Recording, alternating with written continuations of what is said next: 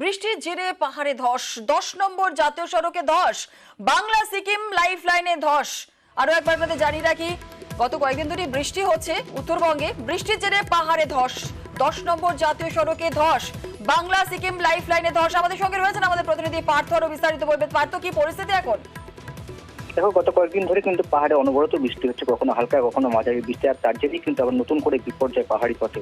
বাংলা সিকিম যে life line 10 নম্বর জাতীয় সড়ক, সেই সেবকের অদূরে লিকুভির, সেই লিকুভিরি কিন্তু ধস না, পাহাড় থেকে অনবরত বড় বড় বোল্ডার পড়ছে এবং তার জেরেই বিপর্যয়। রাস্তা আপাতত ঝুঁকি এড়াতে কিন্তু কালিম্পং জেলা পুলিশ প্রশাসন সেই রুটে, অর্থাৎ বাংলা সিকিম লাইফ লাইন যে 10 নম্বর জাতীয় সড়ক, সেই জাতীয় সড়ক দিয়ে কিন্তু গাড়ি চলাচল সম্পূর্ণভাবে বন্ধ করে দিয়েছে।